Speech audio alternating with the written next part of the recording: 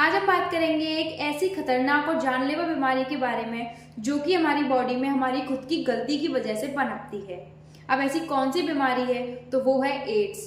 Ads एक ऐसी बीमारी है जिसके जो रीजंस होते हैं वो लोगों को पता होते हैं कि ये इनका जो रेस्पॉन्स है वो फ्यूचर में बहुत खराब होने वाला है, फिर भी वो उन गलतियों को करते हैं। तो ऐसी कौन सी गलतियां और किन गलतियों की वजह से हमारी बॉडी में फैलती है, आइए इस वीडियो में जानते हैं। सबसे पहले हम जानेंगे एड्स की फुल फॉर्म के बारे में। तो एड्स की फुल फॉर्म होती है एक्वायर्ड इम्यूनोडेफिशिएंसी सिंड्रोम। एक्वायर्ड मतलब लाइफ टाइम में गेन किया गया हो, और इम्यूनोडेफिशिएंसी यानी कि जो इम्यून सिस्टम होता है उसका जो रेस्पॉन्स होता है वो कम हो जाता है, उसकी डेफिशिएंसी हो जाती है। जो डिजीज कॉजिंग एजेंट से लड़ने वाले जो इम्यून सेल्स होते हैं उनकी डेफिशिएंसी बॉडी में हो जाती है, जिसकी वजह से जो इम्यून सिस्टम होता है वो डैमेज होने लगता है। और उसके रेस्पॉन्स ना करने की वजह से जो बॉडी में तरह तरह के सिम्टम्स दिखाई देते हैं उन्हें बोलते हैं सिंड्रोम, यानी कि ग्रुप ऑफ सिम्टम्स। तो ये हो गई उसकी फुल फॉर्म की बात। अब बात करेंगे कौन सा वायरस बॉडी में एंटर होता है जिसकी वजह से एड्स जैसी बीमारी फैलती है। तो HIV नाम का एक वायरस होता है जिसकी फुल फॉर्म होती है ह्यूमन इम्यूनोडेफिशिएंसी वायरस, जिसकी वजह से ये बॉडी में हमारी में फैलती है, जो कि सबसे पहले अटैक करता है हमारे टी सेल्स पे। टी सेल्स ही होते हैं जो कि हमारे इम्यून सिस्टम को एकदम बना के रखते हैं, तगड़ा बना के रखते हैं। ये सबसे पहले उन्हीं पर अटैक कर देता है, जिसकी वजह से हमारा पूरा बॉडी का जो सिस्टम है वो खराब हो जाता है और हमारे अंदर बीमारी पनपने लगती है। अब एड्स जैसी बीमारी का कोई इलाज नहीं है, ये तो आप सभी को पता होगा। अब कैसे इस चीज का पता चलता है और कब ये बीमारी होती है, इसका जो टाइम गैप है वो बहुत लंबा खिंच जाता है, क्योंकि जो इसके इनिशियल सिम्टम्स होते हैं वो बहुत कॉमन से होते हैं, यानी कि हेडेक होना, टायर्डनेस और बार बार फीवर आना। तो ऐसे कॉमन से सिम्टम्स हैं जो कि उस इंसान में दिखाई देते हैं और वो परेशान रहता है, बट वो इतना दिमाग नहीं लगा पाता है कि उसके अंदर एक ऐसी भयानक एड्स जैसी बीमारी पनप चुकी है। इस वजह से इसका जो डायग्नोसिस है उसमें लेट हो जाता है और तब तक वो बीमारी बहुत ऊपर तक पहुंच चुकी होती है और उसको ठीक कर पाना बहुत मुश्किल हो जाता है। अब इसके लिए एक डायग्नोसिस टेस्ट भी है जिसे हम बोलते हैं एलाइजा। एलाइजा यानी कि एंजाइम लिंक्ड इम्यूनोसॉर्बेंट एसे। तो ये इसकी फुल फॉर्म होती है। इसी से एड्स जैसी बीमारी का पता चल जाता है इस टेस्ट को कराकर, बट कोई फायदा नहीं होता, क्योंकि एड्स जो बीमारी है उसका पता तो लग जाता है बट इसका कोई क्योर नहीं है। इस टाइम पे सिर्फ एक ही बात याद आती है, prevention is better than cure. और जो वो गलतियां की होती है वही याद आती है, काश ये गलतियां हमने नहीं की होती। तो वो कौन सी गलतियां होती हैं, आइए उनके बारे में डिस्कस करते हैं। तो जो एड्स जैसी बीमारी है वो कुछ ड्रग्स लेते हैं, जो ड्रग्स अब्यूज करते हैं, वो नशे में इतना भूल जाते हैं कि वो कौन से निडल को यूज कर रहे हैं।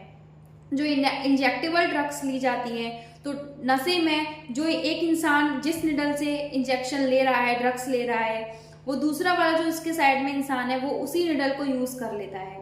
बाई चांस उस एक पर्सन को जिसने पहले ड्रग्स लिए है उसको एड्स जैसी भयंकर बीमारी है, तो वो नशे में दूसरे इंसान भी अगर उसी निडल को यूज कर लेगा और उस पर उसका ब्लड आ जाएगा और दूसरे वाले इंसान के अंदर वो ब्लड उसका चला जाएगा, जिसकी वजह से जो HIV वायरस है वो दूसरे पर्सन के बॉडी में भी फैल जाएगा और उसको एड्स हो जाएगा। इस तरीके से बीमारी फैलती है। तो ड्रग्स अब्यूज मत करो और नशे में ये वाली गलतियां भी मत करो, तो इससे बीमारी को रोका जा सकता है। दूसरा, आपका कॉन्डम्स का यूज ना करना।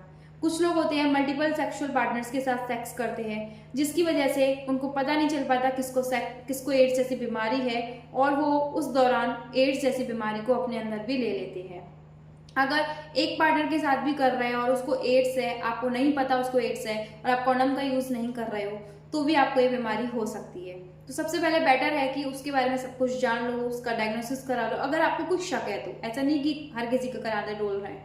तो इस तरीके से बीमारी हो सकती है बॉडी में और इसे बचा भी जा सकता है इस चीज का टेस्ट करा के। अगर आपको कोई वहम है आपके मन में तो उसको आप दूर करा सकते हो इस टेस्ट को करा के, एलाइजा नाम का। अब इस तरीके से बीमारी फैल जाती है।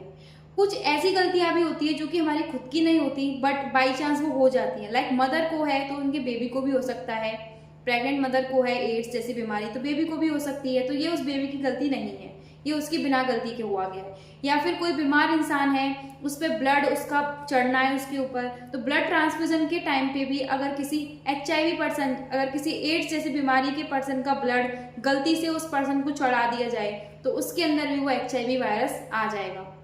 तो इससे भी एड्स जैसी बीमारी हो सकती है। तो इसमें भी उस पर्सन की कोई गलती नहीं होती है। तो यहाँ तक हमने बात यहाँ पे कर ली है। आगे बात करते हैं हम कि कैसे इन चीज़ों से बचा जा सकता है। तो हॉस्पिटल में जो डिस्पोजल निडल्स हैं उनका यूज़ किया जाए, ताकि एक पर्सन की निडल दूसरा पर्सन यूज़ ना कर सके और उसमें एड्स जैसी बीमारी से बचा जा सके। दूसरा, आपको कॉन्डम्स का यूज़ किया जाए, उनकी जो कॉस्ट है उसको इफेक्टिव कर दिया जाए, ताकि लोग उनको हर कोई यूज़ कर सके। अभी तो इफेक्टिव ही होती है। आई थिंक निरोध नाम का जो कॉन्डम होता है वो बहुत कॉमन होता है, जो कि लोग यूज़ कर सकते हैं। अब आपकी आगे बात करें तो जो मल्टीपल सेक्सुअल पार्टनर्स है उनके बीच में जो सेक्स है वो ना किया जाए, और आपका रेगुलर चेकअप कराया जाए लोगों का। हॉस्पिटल्स में सेफ ब्लड बैंक्स लाए जाएं। तो इस तरीके से भी एड्स जैसी बीमारी से बचा जा सकता है। अब आपकी कुछ ऐसी कोई टैबलेट है जिनको हम ले सकते हैं, तो हाँ जी हाँ, आपकी एक एंटी रेट्रोवायरल ड्रग है वो आपकी दी जाती है ऐसे पेशेंट्स को। बस उससे उसकी जान नहीं बचा सकते, बस उसकी तसल्ली के लिए उसको जिंदगी के कुछ साल हम दे सकते हैं, बट कुछ साल बाद वो अपनी जिंदगी से हाथ धो बैठेगा। तो इससे अच्छा है कि हम इन गलतियों को ही ना करें, तो हम ऐसी खतरनाक बीमारी को अपनी बॉडी के अंदर लेकर ही ना आए। वरना लास्ट में एक ही ऑप्शन है, इन ड्रग्स को लेते रहे और जब तक भगवान ने जिंदगी दी है तब तक हम जीते रहे।